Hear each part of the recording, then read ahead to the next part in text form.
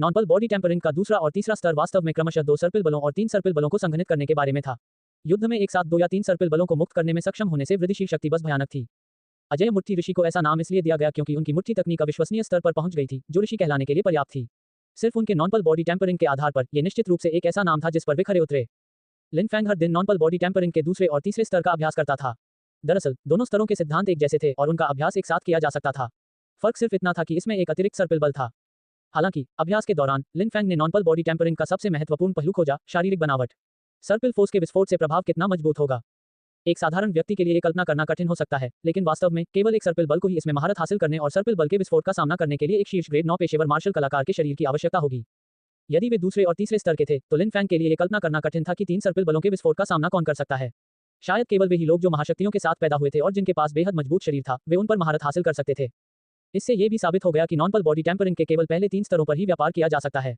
चौथे स्तर के लिए कोई भी खुला लेनदेन नहीं था। अजय मुट्ठी ऋषि ने इस स्थिति की उम्मीद की होगी। 3 सर्पिल बल वह सीमा होनी चाहिए जो मार्शल कलाकारों के स्तर से नीचे हो, अमानवीय सहन कर सकता है। हालांकि लिन फैंग ने नॉनपल बॉडी टेम्परिंग के दूसरे और तीसरे स्तर के लिए खरीद की संख्या पर भी करीब से नजर डाली। दूसरे स्तर की संख्या तीसरे स्तर से थोड़ी ज्यादा थी, लेकिन ये केवल 36 खरीद थी और तीसरे स्तर पर केवल 30 बार खरीदारी की गई थी। उनमें कुछ प्रभावशाली परिवारों के वंशज भी हो सकते हैं, जिनके पास इतना पैसा था कि वे खर्च करना नहीं जानते थे। यह असंभव नहीं था कि उन्होंने इसका इस्तेमाल अपने क्षितिज का विस्तार करने के लिए किया। अगर इन्हें छोड़ भी दिया जाए, तो भी 20 से ज्यादा लोग ऐसे होंगे जिन्होंने वास्तव में दूसरे और तीसरे स्तर पर महारत हासिल की होगी। नॉनपल बॉडी टेम्परिंग ये खरीद की कुल संख्या थी। दूसरे शब्दों में, ये हाल के वर्षों में खरीद की संख्या नहीं थी। ये देखते हुए कि इतिहास में कितने प्रतिभाशाली लोग थे, ये वास्तव में आश्चर्यजनक नहीं था कि एक प्रतिभाशाली व्यक्ति जो नॉनपल बॉडी टेम्परिंग में महारत हासिल कर सकता था, कभी-कभी सामने आता था। दिन बीतते गए, लेकिन लिन फैंग नॉनपल बॉडी टेम्परिंग के दूसरे और तीसरे स्तर पर महारत हासिल नहीं कर पाया। ये वास्तव में सामान्य बात थी। अगर इसमें महारत हासिल करना इतना आसान होता, तो यह अजय मुट्ठी ऋषि द्वारा बनाई गई मार्शल आर्ट नहीं होती। लिन फैंग चिंतित नहीं हुआ। वह बाहर भी नहीं गया। इसके बजाय उसने छात्रावास में इसका अध्ययन जारी रखा। लिन फैंग की तुलना में, जो लो प्रोफाइल रखता था और पूरे दिन छात्रावास में रहता था, फैंग शियू बहुत ज्यादा हाई प्रोफाइल था। चाहे जो भी हो, वह डायर बीस्ट रीपर्स जोड़ी में से 2 में से एक था। डायर बीस्ट रीपर्स आजकल ड्रैगन माउंटेन बेस में काफी मशहूर थे। फैंग शियू ने बहुत सारे अंक अर्जित किए थे और संसाधनों को खरीदने की उसकी क्षमता में काफी वृद्धि हुई थी। उसे ड्रैगन माउंटेन बेस में एक सेलिब्रिटी माना जा सकता था। फैंग शियू, आपने हाल ही में फिर से बड़ी कमाई की है ना? कुछ मार्शल आर्टिस्ट जो फैंग शियू को जानते थे, उन्होंने ईर्ष्या से पूछा। भाई फैंग हाल ही में मार्शल आर्ट का अभ्यास कर रहे हैं। वह झाड़ू लगाने के लिए बाहर नहीं गए हैं। फैंग शियू ने ड्रिंक की बोतल ली और उसे पीते हुए सहजता से कहा। ये सभी लोग वास्तव में फैंग शियू से बहुत ईर्ष्या करते थे। वह बिना किसी प्रयास के बहुत सारे अंक अर्जित कर सकता था, जबकि वे लोग अपनी जान जोखिम में डालकर भी बहुत कुछ नहीं कमा पाते। इस तथ्य के बारे में कुछ भी नहीं किया जा सकता है कि फैंग शियू भाग्यशाली था और लिन फैंग का अनुसरण कर सका। फैंग शियू, हम वास्तव में तुमसे ईर्ष्या करते हैं। तुमने किसी खतरे का सामना नहीं किया है और तुम्हें हर दिन बहुत सारे अंक मिलते हैं। हालांकि तुम दोनों अग्रिम पंक्ति में क्यों नहीं जाते? तुम्हारे नेता की शक्ति के साथ अग्रिम पंक्ति में भी बहुत अधिक खतरा नहीं होना चाहिए। वहां बहुत सारे भयानक जानवर हैं और हाल ही में उच्च अधिकारी निर्णायक लड़ाई की तैयारी कर रहे हैं। एक बार निर्णायक लड़ाई शुरू हो जाए, तो यह अंक अर्जित करने का एक शानदार अवसर होगा। इस अवधि के दौरान सभी अंक दोगुने हो जाएंगे। क्या डबल? तुमने इसके बारे में कहां सुना? फैंग शियू ने जल्दी से पूछा और उसकी आंखें चमक उठी। मुझे इसके बारे में कुछ भी सुनने की क्या जरूरत है? ये हाल ही में पूरी तरह से सामने आया है। मैंने सुना है कि जेनेटिक लॉक तोड़ने वाले 1 दर्जन से ज्यादा अमानवीय विशेषज्ञ पहले ही आ चुके हैं। ये स्पष्ट रूप से निर्णायक लड़ाई का संकेत है। पिछली कुछ लड़ाइयां जो अस्थायी रूप से शुरू की गई थी, सभी में भारी नुकसान हुआ था। NOAL को पर नवीनतम अध्याय पढ़ें। नुकसान, ड्रैगन माउंटेन क्षेत्र पर जल्द से जल्द नियंत्रण करना आवश्यक है। इस प्रकार, ये बहुत संभावना है कि निकट भविष्य में वास्तविक निर्णायक लड़ाई शुरू होगी। मेरिट रैंकिंग के शीर्ष 20 विशेषज्ञ मूल रूप से सभी अग्रिम पंक्ति में चले गए हैं, क्योंकि वे जीवन में एक बार होने वाले इस अवसर को चूकना नहीं चाहते हैं। अवसर। फैंग शियू की नजरें टालमटोल वाली थीं। अंदर ही अंदर, वह भी इस पर विचार कर रहा था। हाल ही में, उन्होंने ड्रैगन माउंटेन क्षेत्र में व्यापक रूप से सफाई की थी। वे फ्रंटलाइन के अलावा हर जगह चले गए थे। अब उनके लिए सफाई करने के लिए बहुत ज्यादा खतरनाक जानवर नहीं बचे थे। अगर निर्णायक लड़ाई वास्तव में अग्रिम मोर्चे पर होने वाली थी, तो अंक भी दोगुने हो सकते थे। यह एक शानदार बात होगी। लिन फैंग के पास इस अवसर को हाथ से जाने देने का कोई कारण नहीं था। ठीक है, मैं चारों ओर पूछताछ करूंगा। अगर यह सच है, तो भाई फैंग को इसमें दिलचस्पी होनी चाहिए। फैंग शियू ने तुरंत कार्रवाई की। उन्होंने ड्रैगन माउंटेन बेस में अपने नेटवर्क का इस्तेमाल करना शुरू कर दिया और जल्दी ही फ्रंटलाइन पर खबरों के बारे में पूछताछ की। और यह मामला वास्तव में कोई रहस्य नहीं था। बहुत से लोग पहले से ही सामने थे, इसलिए निश्चित रूप से उन्हें पता था कि क्या हो रहा है। यह मूल रूप से सत्य से बहुत दूर नहीं था। लेखन की लड़ाई संभवतः वास्तव में शुरू होने वाली थी। फैंग शियू को एहसास हुआ कि यह जीवन में एक बार मिलने वाला अवसर था। लिन फैंग की ताकत के साथ, अगर वह लगातार लड़ाई में भाग लेने के लिए पहली पंक्ति में चला गया, तो वह कितने अंक और योग्यता अंक प्राप्त कर पाएगा? ये बस अकल्पनीय था। इसलिए फैंग शियू तुरंत उसकी तलाश में लिन फैंग के छात्रावास की ओर चल पड़ा। धमाका! लिन फैंग की बांह अचानक सूज गई, 1 या 2 पेज तक फैल गई। उसकी बांह उसके जांघ से भी मोटी हो गई। एक फूल से मुक्का से ऐसा लगा जैसे पूरा हॉस्टल मिल गया हो। सफलता! 300 पैंपल बलों के विस्फोट की शक्ति बहुत विनाशकारी है। यहाँ तक कि मेरी वर्तमान बॉडी भी इसका सामना नहीं कर सकती। मुझे वास्तव में आश्चर्य है कि नॉनपल बॉडी टेम्परिंग के तीसरे स्तर पर और कौन सा नियंत्रण हासिल कर सकता है। लिन फैंग ने राहत की लंबी सांस ली। वह नॉन पल बॉडी टेम्परिंग के तीसरे स्तर की शक्ति से बहुत प्रभावित थी। एक बार जब 3 सर्पिल बल एक साथ फूटते हैं तो ये 3 गुना से अधिक बल बढ़ा देगा और एक पल में 32 टन से अधिक बल को मुक्त कर सकता है। ऐसी विनाशकारी शक्ति अकल्पनीय थी। लिन फैंग को तो यहाँ तक लगा कि वह अब एक भयानक जानवर राजा को एक ही मुक्के से मार सकती है। हालांकि वाल्व बल के 3 विस्फोटों का उपयोग करके भी लिन फैंग के शरीर पर बहुत भारी पड़ रहा था। अपने शरीर के साथ वह सर्पिल बल के 3 विस्फोटों को लगभग 1 दर्जन बार तक बनाए रख सकती थी, इससे पहले कि वह लगभग अपनी सीमा तक पहुंच जाए। अगर वह अभी भी इसे बलपूर्वक छोड़ना चाहती है तो यह उसके शरीर को नुकसान पहुंचाता है।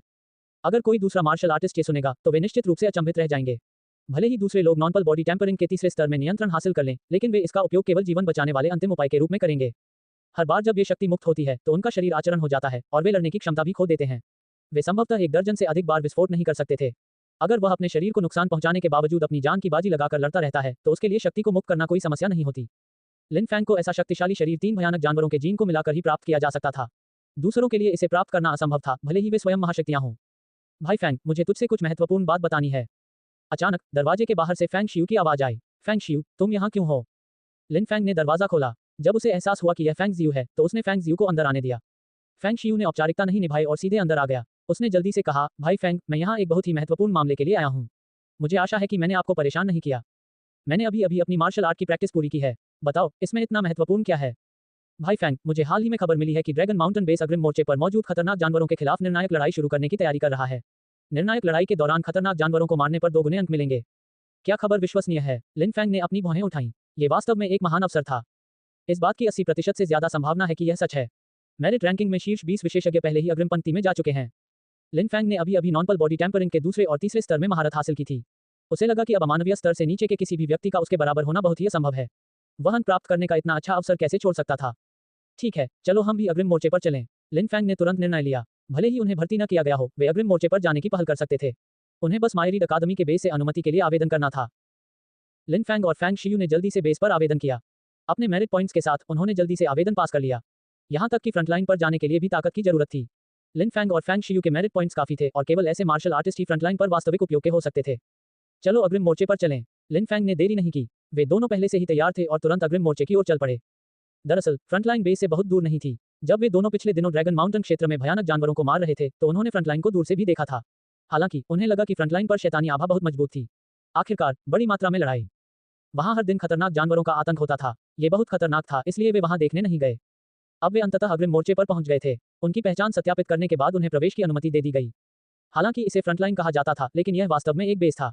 हालांकि छोटे बेस में कई मार्शल आर्टिस्ट थे। वे मूल रूप से सभी पेशेवर ग्रेड 7 मार्शल आर्टिस्ट और उससे ऊपर के थे। ग्रेड 4 और ग्रेड 5 जैसे स्तरों के आसपास के पेशेवर मार्शल आर्टिस्ट इस बेस में जाने के लिए योग्य नहीं थे।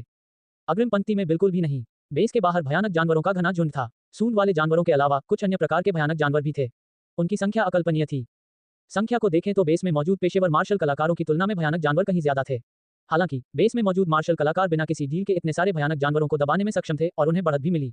इससे ये भी साबित हुआ कि ये मार्शल कलाकार पूरी तरह से शक्तिशाली थे।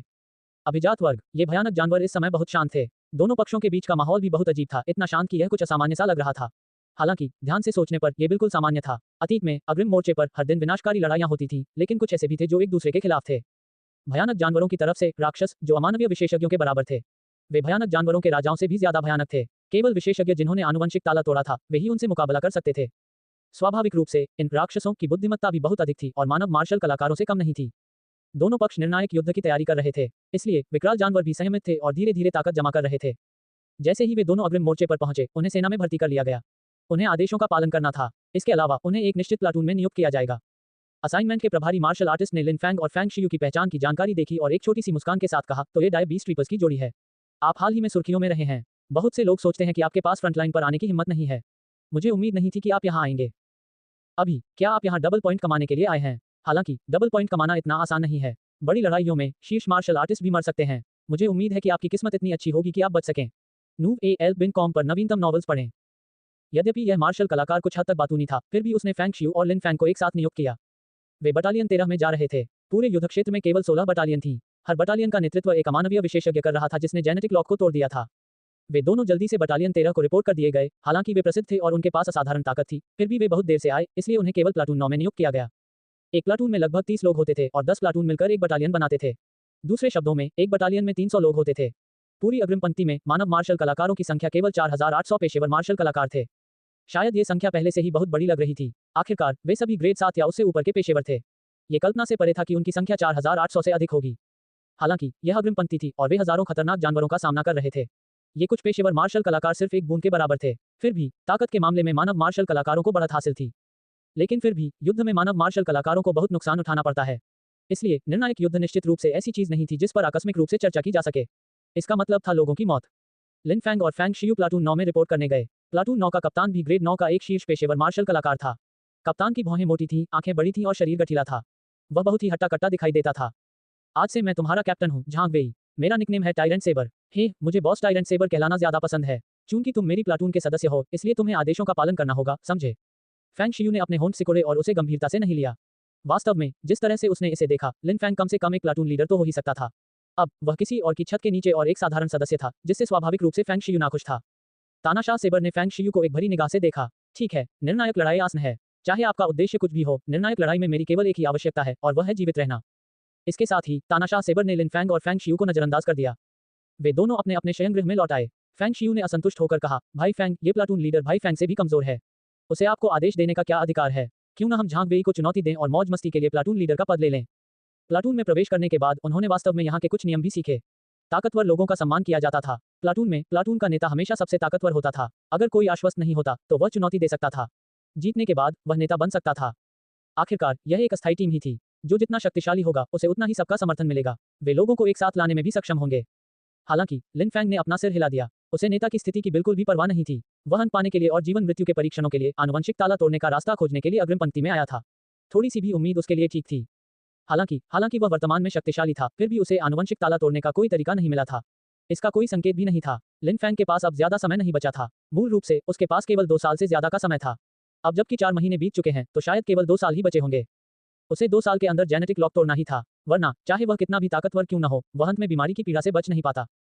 जैसे जैसे समय बीतता गया, अग्रिम मोर्चे पर माहौल और भी ज्यादा दमनकारी होता गया।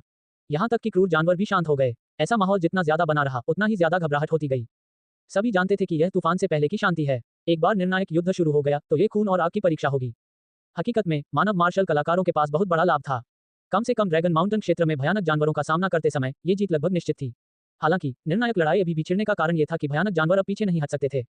ड्रैगन माउंटेन क्षेत्र उन भयानक जानवरों का क्षेत्र था और भयानक जानवर बहुत प्रादेशिक थे। एक बार जब वे पीछे हट गए तो अगर उन्हें कोई लावारिस जगह नहीं मिली और उन्होंने दूसरे भयानक जानवरों के क्षेत्र का उल्लंघन किया तो इसका मतलब मौत तक की लड़ाई होगी। इस प्रकार ड्रैगन माउंटेन क्षेत्र के भयानक जानवर अब पीछे नहीं हट सकते थे। उनके पास अपनी जान की बाजी लगाकर लड़ने के अलावा कोई विकल्प नहीं था। ये इंसानों और खूंखार जानवरों के बीच अस्तित्व की लड़ाई थी। इसमें कोई सही या गलत नहीं था, केवल अलग अलग हित थे। फ्रंटलाइन मुख्यालय के बेस में 16 बटालियन के नेता इकट्ठे हुए थे। वे सभी अमानवीय विशेषज्ञ थे जिन्होंने आनुवंशिक ताला तोड़ दिया था और उनके पास उन भयानक राक्षसों के बराबर शानदार शक्ति थी। इस निर्णायक युद्ध का आयोजन मुख्य रूप से इन 16 अमानवीय विशेषज्ञों द्वारा किया गया था जिन्होंने आनुवंशिक ताला तोड़ दिया था। वे भयानक जानवरों के बीच राक्षसों को नियंत्रित करने के लिए जिम्मेदार थे। जो बचे थे उनसे निपटने के लिए पेशेवर मार्शल कलाकारों को छोड़ दिया गया था।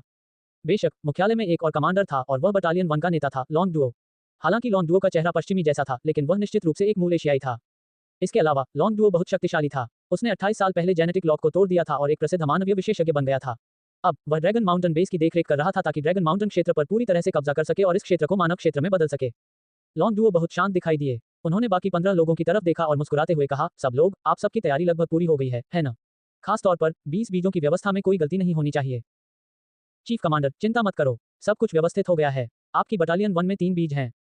लॉन्ग डुओ ने सिर हिलाया और कहा, इस निर्णायक लड़ाई का जोखिम वास्तव में अधिक नहीं है।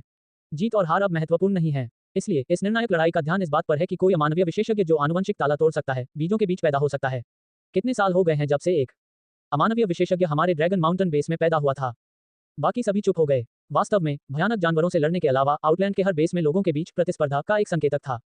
ये तो अमानवीय विशेषज्ञ होंगे। ड्रैगन माउंटेन बेस मायरीड अकादमी का आधार था। मायरीड अकादमी से जुड़े कई मार्शल कलाकार थे। यहाँ तक कि ये 16 अप्रधान विशेषज्ञ भी लगभग सभी मायरीड अकादमी के पूर्व छात्र थे। हालांकि ड्रैगन माउंटेन का आधार काफी शक्तिशाली था, लेकिन पिछले 1 दशक में अमानवीय विशेषज्ञ पैदा नहीं हुए थे। अन्य मजाकिया हास्य व्यंग्य में अप्राप्य विशेषज्ञ पैदा हुए थे, लेकिन केवल ड्रैगन माउंटेन बेस में कोई नहीं था। इसलिए ड्रैगन माउंटेन बेस के 16 अप्राप्य विशेषज्ञ बहुत चिंतित थे। वे गुप्त रूप से इसका अध्ययन कर रहे थे। वास्तव में इस तरह की लड़ाई की कोई जरूरत नहीं थी। ड्रैगन पर्वत क्षेत्र के ज्यादातर खतरनाक जानवर को 16 मानवीय कठिनाइयों ने धीरे धीरे मार डाला था। वे उन्हें धीरे धीरे ही मार सकते थे। हालांकि उन्होंने तानाशाही लड़ाई शुरू करने का फैसला किया था, क्योंकि उन्हें उम्मीद थी कि एक मार्शल कलाकार तानाशाही लड़ाई में जीवन या मृत्यु की लड़ाई में अपनी क्षमता को उजागर करेगा और इस तरह अमानवीय बनने के लिए आनुवंशिक ताला तोड़ेगा। इस कारण से उन्होंने ड्रैगन माउंटेन बेस में सबसे अधिक क्षमता वाले 20 पेशेवर मार्शल कलाकारों को बीज के रूप में भी व्यवस्थित किया। कुल मिलाकर उनमें से 20 वास्तव में योग्यता रैंकिंग में शीर्ष 20 लोग थे। इन सभी उदाहरणों पर 16 अप्रामाणिक प्रतिभाओं ने बड़ी उम्मीदें रखी थीं। लेकिन ये खबर रोक दी गई। मात्र 16 अमानवीय पात्रों को ही इसके बारे में पता था। उन प्रतीकों को भी नहीं पता था कि वे बीजीय प्रतियोगी बन गए हैं। ये तो दूर की बात है कि उनके हर कदम पर 16 अलौकिक प्रतिभाओं की नजर थी। चीफ कमांडर, हम अब इनाम नीति की घोषणा क्या कर सकते हैं? अमानवीय अभ्यास में से एक ने कहा। लंबी जोड़ी और अन्य लोगों का मानना था कि अंतिम वरीयता प्राप्त अपेक्षाओं को अंतिम लड़ाई में भाग लेने देना ही पर्याप्त नहीं था। उन्हें सक्रिय रूप से भाग लेने भी दिया गया था। सबसे अच्छा होगा कि वे सभी अपनी जान जोखिम में डालें। इसलिए पुरस्कार सर्वथा मिलना चाहिए, और उदार पुरस्कार। आप अभी इसकी घोषणा कर सकते हैं। इनाम नीति की घोषणा के 1 घंटे बाद हमला शुरू करें। लंबी जोड़ी का स्वर गंभीर था और उसकी आंखों में आनंद सी झलक थी। 16 अमानवीय गुणों ने वास्तव में इस पुरस्कार नीति के लिए भारी कीमत चुकाई। वह किसी ऐसे व्यक्ति की प्रतीक्षा कर रहा था जो जन्मजात ताला तोड़कर अप्राप्य बन गया। इकट्ठा हो जाओ, नई घोषणा के लिए तुरंत तैयार हो जाओ। पहले मोर्चे पर सभी मार्शल कलाकार तैनात थे। ऐसा लग रहा था कि कोई महत्वपूर्ण समाचार सुना जाना है। लिन फैंग और फैंग शियू भी तुरंत वहां आ गए। उनकी आंखों में उलझन की झलक थी। उत्साहित वे दोनों ही नहीं थे। बाकी लोग भी बहुत उलझन में थे। वे एक दूसरे को देखते रहे। उन्हें साफ साफ पता नहीं था कि खबर क्या है। प्लाटून 9 और बाकी सभी प्लाटून समान हो गए। वे बटालियन 13 के नेता के आने का इंतजार कर रहे थे जहां वे थे। वुश, बहुत तेजी से आकाश से प्रकाश की एक धारा उतरी और जमीन पर गिर पड़ी। धमाका, पूरी जमीन हिलती हुई लग रही थी, मानो कोई उल्का जमीन पर गिर गई हो। जैसी जैसी धूली छंटी, धीरे धीरे बहती रोशनी में एक आकृति दिखाई दी जो जमीन पर गिर गई। इस बटालियन 13 का नेता जोंग ताओ था। जोंग ताओ एक अमानवीय विशेषज्ञ था जिसने जेनेटिक लॉक को तोड़ दिया था। उनका फिगर बहुत लंबा और मजबूत था जो बहुत प्रभावशाली लग रहा था। यहां तक कि लिन फैंग की अभिव्यक्ति भी जाम हो गई। उसे जोंग ताओ से एक मजबूत खतरा महसूस हुआ। अप्रामाणिक विशेषज्ञ, ये अप्रामाणिक विशेषज्ञ थे। वे हवा में चलते थे, उनके पास असाधारण शक्ति और सभी तरह के चमत्कारी तरीके थे, जैसे सच्चे भगवान। सभी की आंखें ईर्ष्या और श्रद्धा से भरी हुई थीं। यही उनकी बटालियन का नेतृत्व था और उनका लक्ष्य भी। अंततः फ्रंटलाइन पर आने वाले सभी मार्शल आर्टिस्ट खुद ही जेनेटिक लॉक ब्रेक चाहते थे। nobleband.com को अपडेट करने के लिए जाएं। जोंग ताओ का चरित्र काफी साहसी और बेलगाम था। उन्होंने स्क्वाड 13 के सभी मार्शल कलाकारों पर नजर डाली, फिर जोर से कहा, छोटे साथियों, इस बार तुम किस्मत वाले हो। 16 बटालियन के नेताओं के बीच चर्चा के बाद हम इस शुरुआती लड़ाई में उत्कृष्ट प्रदर्शन करने वालों को निश्चित रूप से देखेंगे। अवश्य पढ़ें। अंतिम लड़ाई के दौरान 2 अंकों के अलावा जब तक आप मेरिट रैंकिंग में शीर्ष 3 में आते हैं, आपको पुरस्कार अंक प्राप्त होंगे। प्रथम स्थान पाने वाले को 100,000 अंक दिए जाएंगे। दूसरे स्थान पर आने वाले को 20,000 अंक दिए जाएंगे। तीसरे स्थान पर आने वाले को 10,000 अंक दिए जाएंगे। जोंग ताओ की घोषणा के साथ पूरी बटालियन 13 के सभी मार्शल आर्टिस्टों की उत्साहपूर्ण चर्चा में शामिल हो गए। ये बहुत अचानक था। इनाम योजना की अचानक घोषणा पूरी तरह से अप्रत्याशित थी। पिछली फिल्मों में डबल करने के अलावा कभी कोई अन्य पुरस्कार नहीं दिया गया था। इतना उदार पुरस्कार तो दूर की बात थी। क्या 100,000 अंक इनाम इतना बड़ा क्यों है? लिन फैंग भी आश्चर्यचकित था। यह बाकी 1 या 2 पॉइंट या 10 या 20,000 नहीं था, बल्कि 100,000 पॉइंट था। अगर यह पैसा में बदला जाता तो ये 100 अरब युआन होता।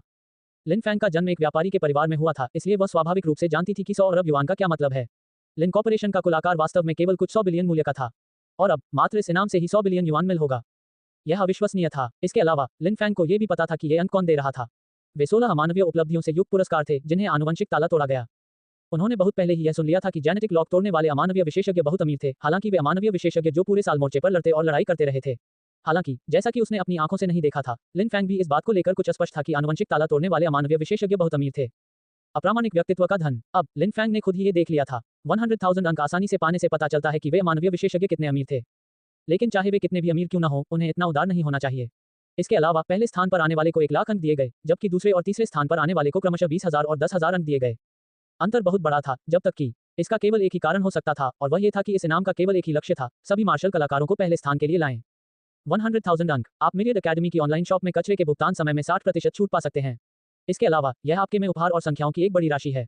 यहाँ तक कि अगर अतिरिक्त अंक हैं, तो मैं उन्हें विभिन्न उपहारों के लिए एक्सचेंज कर सकता हूँ और अपने परिवार को कुछ सहायता देने के लिए उन्हें घर भेज सकता हूँ। लिन फैंग भी ललचा गया। कोई भी 100,000 अंक से लालच कर सकता था। मुझे ये प्रथम स्थान चाहिए, लिन फैंग ने धीरे धीरे कहा। उसकी आंखों में एक भयंकर चमक रही थी। बटालियन 1 में क्रिम्सन विंग्स के शोए युवानशिंग, जो मेरिट रैंकिंग में पहले स्थान पर थे, को भी इस इनाम की खबर मिली थी। यहाँ तक कि उनके लिए भी 100,000 अंक एक बहुत बड़ी संख्या थी। अंततः कई वर्षों तक ड्रैगन पर्वत बेस में रहने के बाद भी वह केवल 130,000 अंक ही जमा किए गए। वह स्वाभाविक रूप से एक बार में 100,000 अंक प्राप्त करने के लिए बहुत आशाहीन था। ये पहला स्थान मेरा है, इसे मुझसे कोई नहीं छीन सकता। बटालियन 3 में अपनी पीठ पर 2 विशाल कुल्हाड़ियां लादे हुए एक विशालकाय आदमी की आंखों में पागलपन की झलक दिखाई दी। हे 100,000 अंक, शू युवानशिंग, तुम डरपोक हो। इस बार पहला स्थान निश्चित रूप से मेरा होगा, हाहा। ये तानाशाह कुल्हाड़ी गाओ तियानसी था, जो मेरिट रैंकिंग में दूसरे स्थान पर था। वह जन्म से ही किसी प्रकार के दृढ़ से गुजरा था। यद्यपि उसके माता पिता में से कोई भी अमानवीय विशेषज्ञ नहीं था, परंतु उसने एक दुर्लभ प्रतिरोध से गुजरा जिसने उसे एक शक्तिशाली कद, अविश्वसनीय शक्ति और महान दिया। मार्शल आर्ट में प्रतिभा। इसके अलावा गाओ तियानसी के पास बेसिक की महाशक्ति भी थी। एक बार जब वह बेसिक अवस्था में प्रवेश करती है तो उसकी शक्ति बहुत बढ़ जाती है। शक्ति के मामले में शायद वह शुई युवानशिंग से थोड़ा कमतर था। हालांकि नरसंहार के मामले में वह शुई युवानशिंग से कमतर नहीं थी, सबसे मामूली और संभवतः उससे भी अधिक मजबूत। इस प्रकार गाओ तियानसी ने इस बार पहला स्थान पाने का दृढ़ निश्चय किया। प्लाटून 6 में 3 सामान्य मार्शल कलाकार चर्चा करने के लिए एकत्रित हुए।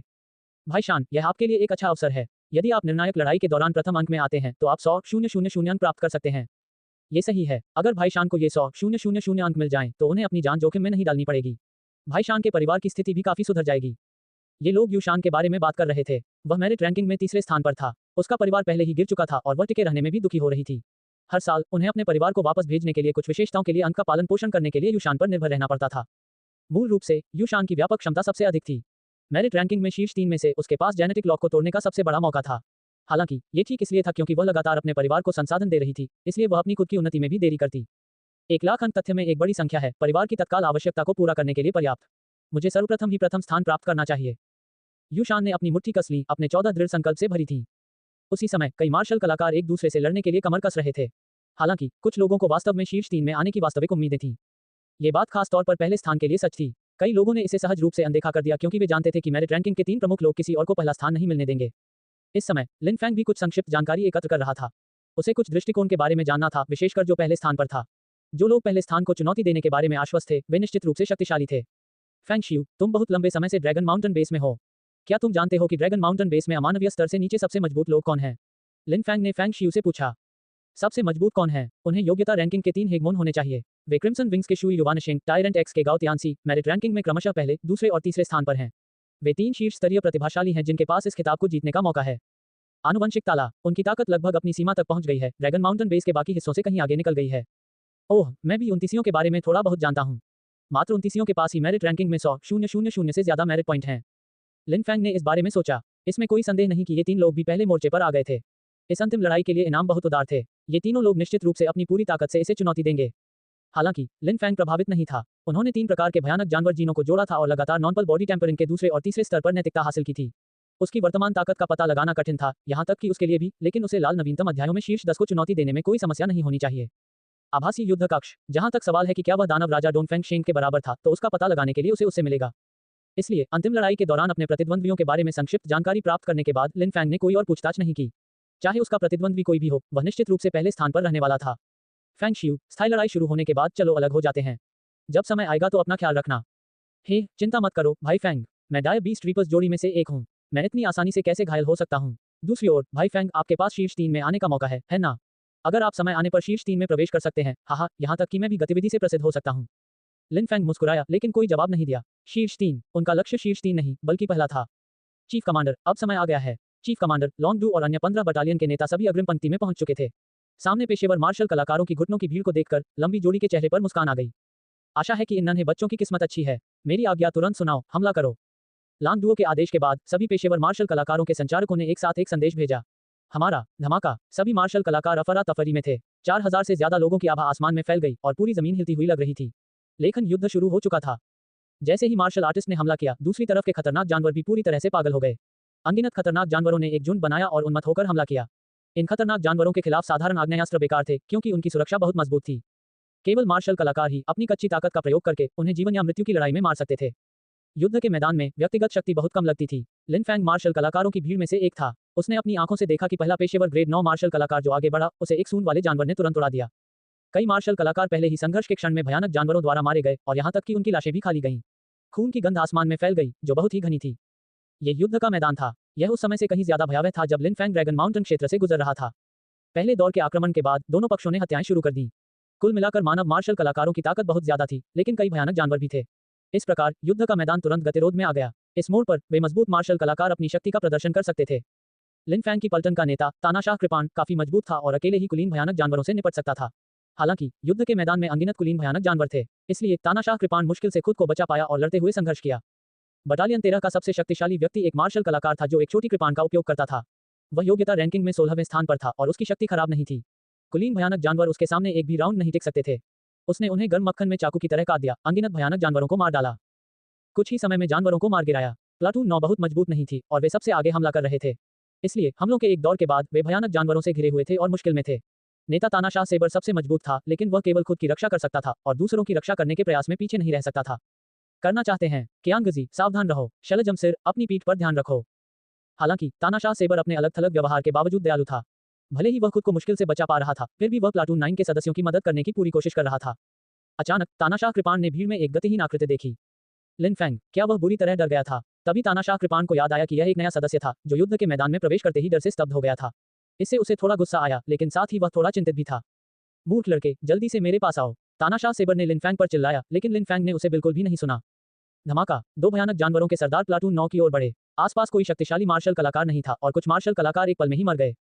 लिन फैंग, सावधान रहो। जब बादाओ ने दो भयानक जानवरों के सरदारों को देखा तो वह चिंतित हो गया। लिन फैंग दो क्रूर जानवरों के सरदारों से बहुत दूर नहीं था। दो भयानक जानवरों के सरदार बहुत क्रूर थे और औसत भयानक जानवरों के सरदार नहीं थे। भले ही वह ऊपर चला गया हो, वह निश्चित रूप से उसका मुकाबला नहीं कर खत्म। इसके अलावा अत्याचार कृपाण भी व्यवसायों में था। उसके लिए लिन फैंग को जलाना असंभव था। कोई बात नहीं, लिन फैंग प्लाटून 9 से था और तानाशाह ब्लेड की प्लाटून का सदस्य था। फिर भी वह केवल ये देखकर आश्चर्यचकित हो गया कि लिन फैंग को कुचलकर मार दिया गया। स्विश, लिन फैंग, जो एक क्षण पहले निश्चल था, अचानक घूमता और अपनी कृपाण निकलता, जो सफेद रोशनी की किरण में बदल गया। स्विश, दोनों भयानक जानवरों के सरदारों को सफेद रोशनी ने काट डाला और वे छोटे पहाड़ों की तरह जमीन पर गिर पड़े। उनकी लाशें वास्तव में उनके सिर से आगे तक पूरी तरह से दो हिस्सों में बंटी हुई थीं। ये देखकर सब दंग रह गए। यहाँ तक कि तानाशाह ने भी, जो अभी तक लिन फैंग के बारे में चिंतित था, उसने अपना मुंह खोला लेकिन कुछ नहीं कह सका। वे दो भयानक जानवर राजा थे। अकेले उसके बारे में भूल जाओ, भले ही कुछ और लोग आ गए हों, वे शायद इन दो भयानक जानवरों के राजाओं को रोक नहीं पाएंगे। हालांकि लिन फैंग वास्तव में एक ही युद्ध से दो भयानक जानवरों को मार सकता था। यहाँ तक कि उसके ब्लेड का प्रक्षेपवक्र भी अदृश्य था। लिन फैंग ने गहरी सांस ली। उसका इरादा अपनी कृपा को वापस लेने का नहीं था। जैसे वह म्यान से बाहर निकली, लाइटनिंग आग सबर तकनीक की मात्र एक विशेषता थी, ये तेज थी, जबकि रोशनी की किरण की तरह। ये वास्तव में सबसे शक्तिशाली हत्यारा मार्शल आर्ट था और लिन फैंग की शक्तिशाली शारीरिक शक्ति के साथ साधारण भयानक जानवर के स्वामी इसका सामना नहीं कर सकते थे। स्विश स्विश स्विश, कृपाण से प्रकाश की धारियां चमकी और सामने के भयानक जानवर एक के बाद एक गिर पड़े। चाहे वे साधारण भयानक जानवर हो या कुल भयानक जानवर, यहाँ तक कि भयानक जानवर के स्वामी भी लिन फैंग के सामने एक भी युद्ध नहीं कर सके। लिन फैंग की क्रूरता देखकर भी दया नहीं आ रही है। उसे उम्मीद नहीं थी कि उसका प्लाटून सदस्य इतना क्रूर होगा। अगर लिन फैंग प्लाटून लीडर के तौर पर उसका पद लेना चाहे तो ये बिल्कुल भी मुश्किल नहीं होगा। तो मैं ही यहाँ निकट सोचने वाला व्यक्ति हूँ। तानाशाह सेबर ने कमजोरी से मुस्कुराया और अपना सिर हिलाया। हालांकि उसे थोड़ा कड़वा लगा, लेकिन ये कड़ी लड़ाई थी। वह अजीब अंकों के लिए लंबी ही थी, चाहे कुछ भी हो। लिन फैंग के नरसंहार ने प्लाटून 9 के आसपास के खतरों को पहले ही कई बार खत्म कर दिया था। इसलिए तानाशाह सेबर ने अपने साथियों को इकट्ठा किया और फिर से भयानक जानवरों से लगना शुरू कर दिया। हालांकि लिन फैंग बहुत तेज था, लेकिन उसके आसपास के ज्यादातर भयानक जानवर आमतौर पर भयानक जानवर थे। एक साधारण भयानक जानवर का मूल्य केवल 0.1 अंक था। अगर इसे दोगुना भी कर दिया जाए तो भी इसकी कीमत केवल 0.2 अंक ही होगी। ये गति बहुत धीमी थी। नहीं, ये बहुत बुरा है। मुझे और भी भयानक जानवर और भयानक जानवर स्वामी खोजेंगे। अगर भयानक जानवर राजा होंगे तो और भी बेहतर होगा। लिन फैंग का लक्ष्य पहला था। भले ही वह जिस गति से मर रहा था वह बहुत तेज थी। अगर वे सभी साधारण भयानक जानवर थे तो चाहे वह कितने भी मारे गए, ये घृणित होगा। वह बिल्कुल भी प्रतिस्पर्धा नहीं कर रही है। केवल पर्याप्त मात्रा में भयानक जानवर और भयानक जानवर स्वामी को कभी कोई व्यक्ति भारी मात्रा में योग्यता अंक प्राप्त कर सकता है। लिन फैंग ने अपना सिर उठाया और चारों ओर देखा। अभी तक हर कोई मूल रूप से एक अराजक लड़ाई में लगा हुआ था। हर जगह कई साधारण भयानक जानवर थे। भयानक जानवर के स्वामी और कुलीन भयानक जानवर सभी भयानक जानवरों की भीड़ के पीछे छिपे हुए थे। ये भयानक जानवर भी राक्षसों द्वारा नियंत्रित किया जाता था। मानव मार्शल कलाकारों की तुलना में भयानक जानवरों का एकमात्र लाभ उनकी संख्या थी। साधारण भयानक जानवर बहुत अधिक थे। केवल साधारण भयानक जानवर का उपयोग करके मार्शल कलाकारों को लगातार चलने देने से ही भयानक जानवर हो सकते थे। जीतने का मौका, अधिक विशिष्ट भयानक जानवर और भयानक जानवरों के सरदारों को मारने का केवल एक ही तरीका था, और वह भयानक जानवरों की भीड़ के पीछे की ओर आक्रमण करना था, जहां कई विशिष्ट भयानक जानवर और भयानक जानवरों के सरदार मौजूद होते थे। लेकिन इस तरह से लिन फैंग भी खतरे में पड़ सकता है। हालांकि लिन फैंग ने संकोच नहीं किया। अगर वह पहले होना चाहती थी तो उसे अपनी जान जोखिम में डालनी थी। इसलिए वह अचानक पीछे की ओर उछला और हवा में उछल गया। वह भारी मीटर दूर छलांग लगाता है और जल्दी से पीछे की ओर भयानक जानवरों की भीड़ में कूद जाता है। novelbandc.om को अपडेट करने के लिए जाएं। उसी समय लगभग 20 आकृतियां विभिन्न तरीकों से भयानक जानवरों की भीड़ पर टूट पड़ी, जैसा कि लिन फैंग ने चुना था। सबसे सुंदर वाली आकृति हवा में उड़ती हुई एक आकृति थी। उस आकृति की पीठ पर लाल रंग के 2 पंख थे। अपने पंखों को शांत से फड़फड़ाते हुए उसने आश्चर्यजनक गति प्राप्त कर ली। स्वाभाविक रूप से वह भयानक जानवरों की भीड़ के पीछे रहने वाला पहला व्यक्ति था। ये मेरिट रैंकिंग में पहला था। Crimson wings, Shui Yuanxing. आह, मर जाओ। तानाशाह कुल्हाड़ी गाओ तियानसी ने जोर से दहाड़ लगाई। जानवरों की भीड़ में वह भयानक जानवरों से भी अधिक क्रूर लग रहा था। हाथ में विशाल कुल्हाड़ी लेकर उसने खूनी तरीके से कत्लेआम किया। वह एक बुलडोजर की तरह था जो अपने रास्ते में आने वाली हर चीज को कुचल रहा था। अचानक तानाशाह कुल्हाड़ी ने आसमान में लाल रंग की आकृति देखी।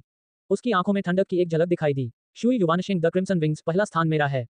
बेकाबू। अचानक तानाशाह कुल्हाड़ी गाओ तियानसी का पूरा शरीर सूज गया। वह अचानक अपनी शुरुआती ऊंचाई 1.8 मीटर से 3 मीटर से अधिक लंबा हो गया। वह एक छोटे से विशालकाय व्यक्ति की तरह था। उसका पूरा शरीर मांसपेशियों से ढका हुआ था और एक हिंसक आभा उत्सर्जित कर रहा था।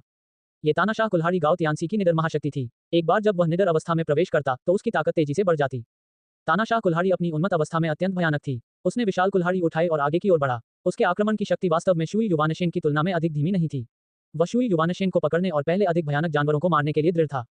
तानाशाह कुल्हाड़ी की तरफ से हंगामा छोटा नहीं था। युशान ने भी इसे स्वाभाविक रूप से देखा। हालांकि वह मेरिट रैंकिंग में तीसरे स्थान पर था, लेकिन वह आमतौर पर बहुत कम प्रोफाइल रखता था। हालांकि निर्णायक लड़ाई में इतने भरपूर पुरस्कारों के साथ उसके लिए अब कम प्रोफाइल रखना असंभव था। शुई युवानशिंग, गाओ तियानसी, चाहे कुछ भी हो, मुझे इस बार प्रथम स्थान मिलना ही चाहिए। यूशान ने गहरी सांस ली। उसके पास कोई अलौकिक शक्ति या शक्तिशाली जीन नहीं था, फिर वह मेरिट रैंकिंग में तीसरे स्थान पर कैसे पहुंच गया? कारण बहुत सरल था, उसके पास मार्शल आर्ट की असाधारण समझ थी। यूशान ने मेरिट अकादमी से कई गहन मार्शल आर्ट खरीदे थे और उसने वास्तव में उन सभी को समझ लिया था।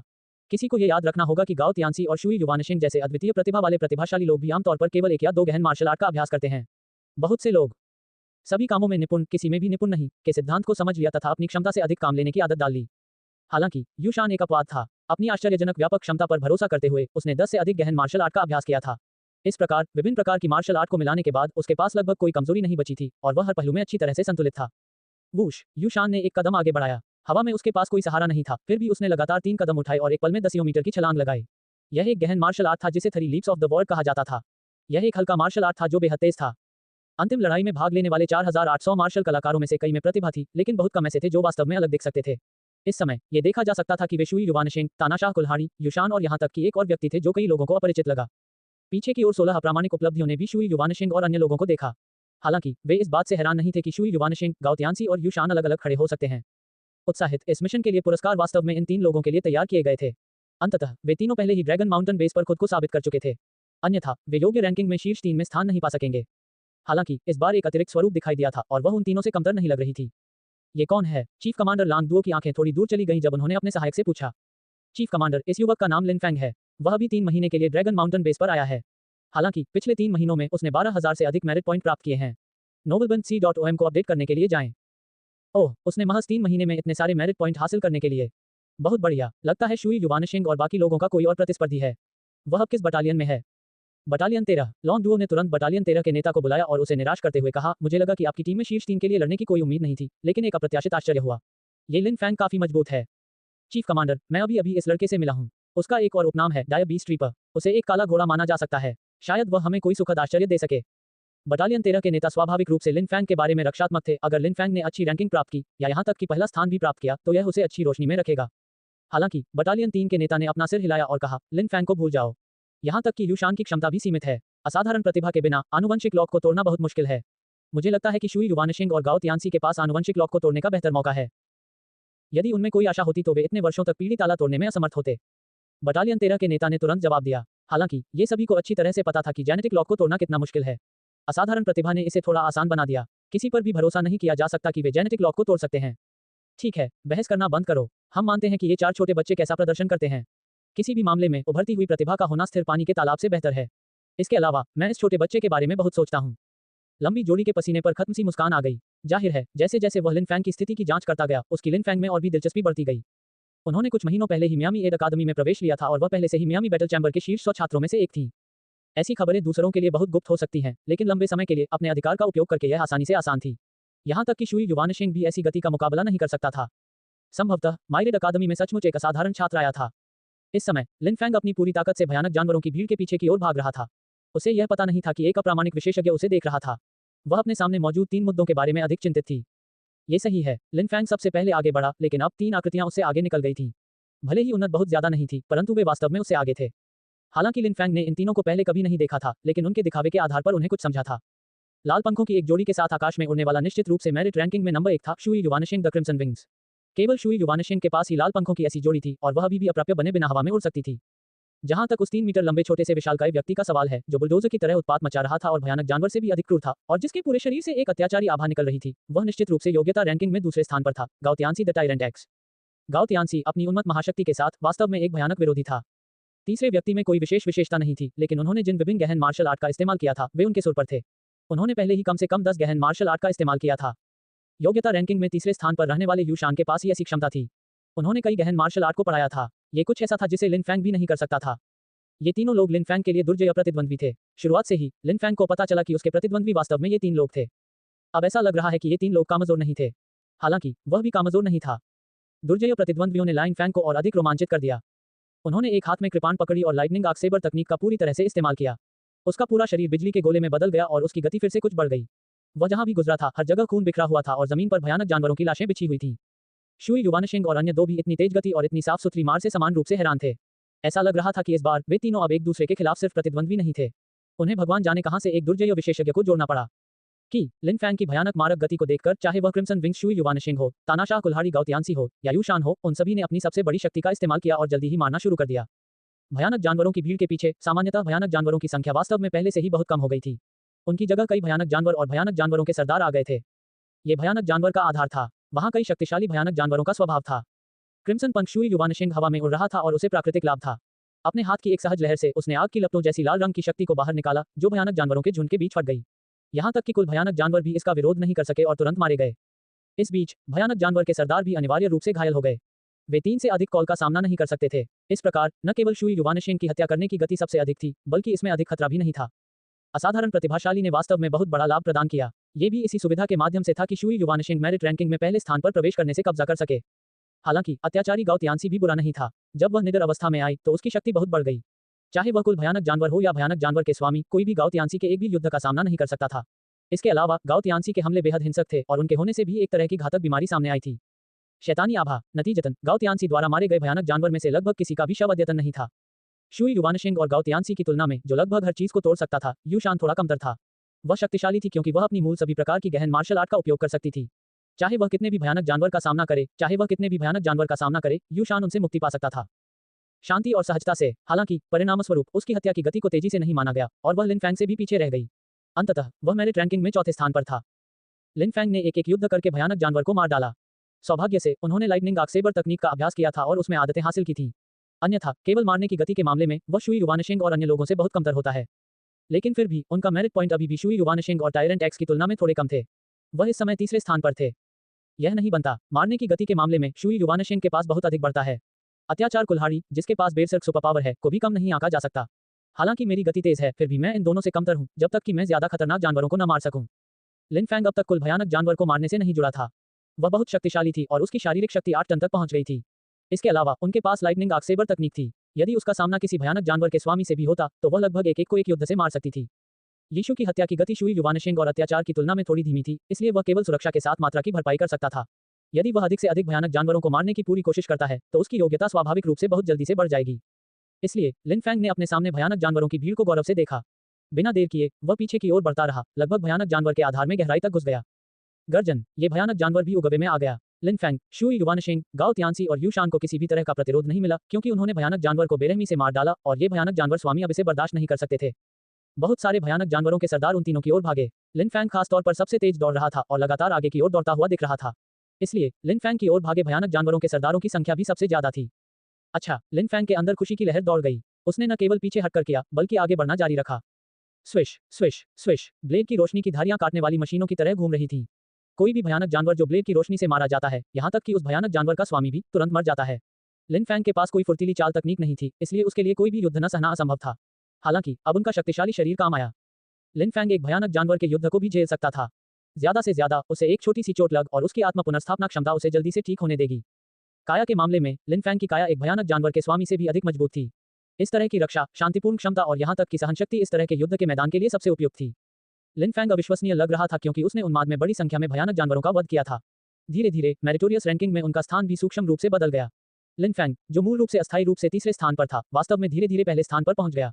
इसके अलावा उसके और दूसरे के बीच का अंतर स्थान शुई युवानशिंग का विस्तार जारी रहा। नहीं, प्रथम स्थान निश्चित रूप से मेरा होगा, इसे कोई नहीं छीन सकता। शुई युवानशिंग हमेशा से ही ड्रैगन माउंटेन बेस में सबसे मजबूत प्रतिभावान रहा है। वह लिन फैंग को पहला स्थान कैसे दे सकती थी? इस प्रकार शुई युवानशिंग ने अपने पंख फड़फड़ाए और जमीन पर उतरा। फिर वह भयानक जानवरों के बीच में घुस गया। उसने वास्तव में उड़ना बंद कर दिया और सीधे लड़ना शुरू कर दिया। उड़ने की अपनी क्षमता के अलावा शुई युवानशिंग वास्तव में बहुत शक्तिशाली भी था और गाओ तियानसी से कमतर नहीं था। जैसे जैसे शुई युवानशिंग ने अपनी शक्ति का प्रदर्शन करना शुरू किया, उसके मेरिट पॉइंट भी तेजी से बढ़ने लगे। बेशक तानाशाह कुल्हाड़ी गाओ तियानसी दूसरों के सामने झुकने वाला नहीं था। उसने भी भयानक जानवरों के सरदारों के घेरे में हमला किया। जैसे जैसे उनमें से कुछ ने उन्माद में कत्लेआम किया, प्रतियोगिता भी अधिक से अधिक गर्म होती गई।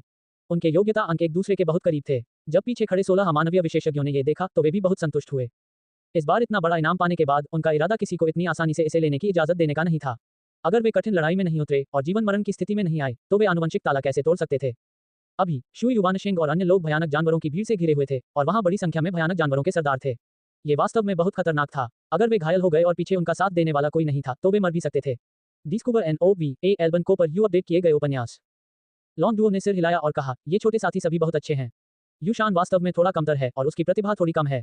वह इस तरह की प्रतियोगिता में कुछ हद तक नुकसान में है। हालांकि उसकी समझ की क्षमता बहुत मजबूत है। उसके लिए आनुवंशिक ताला तोड़ना असंभव नहीं है। भविष्य चीफ कमांडर, वह लिन फैंग और भी बेहतर है। वह वास्तव में लाइटनिंग आर्क सेबर तकनीक में महारत हासिल कर सकता है और उसकी समझ की क्षमता बहुत मजबूत है।